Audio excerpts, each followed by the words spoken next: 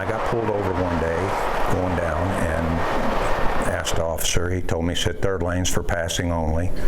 And I said, well, I was informed that I was allowed to be in here. Confusion continues for some semi-truck drivers along I-24 East coming down Monteagle. I had a couple drivers that had been down the mountain for the first time, and they said, are you sure about that? And I said, all you got to do is look up the law. It's in the DOT, Tennessee Department of Transportation handbook. We reached out to Tennessee Department of Transportation and Tennessee Highway Patrol to clarify what this particular section of the law means.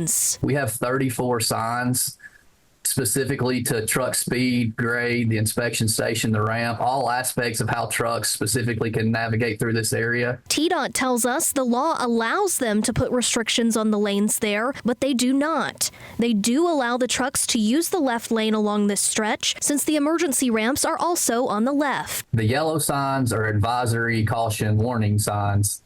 The white signs are regulatory signs. They're enforceable by law enforcement. And as TDOT mentioned, we noticed there are no white signs indicating trucks are not allowed to the left. Now, THP acknowledged that restrictions are allowed where appropriate signage has been installed, but they say the left lane, quote, is for passing in this particular area due to the legal truck lane restriction. The inconsistencies of the two statements, TDOT saying that there are no left lane restrictions for trucks, and THP saying that they enforce the lane restrictions for trucks, is now causing confusion among drivers. If they were written a ticket for a moving violation, it would quickly be dismissed. We reached out to an attorney to ask about the legal consequences of this confusion.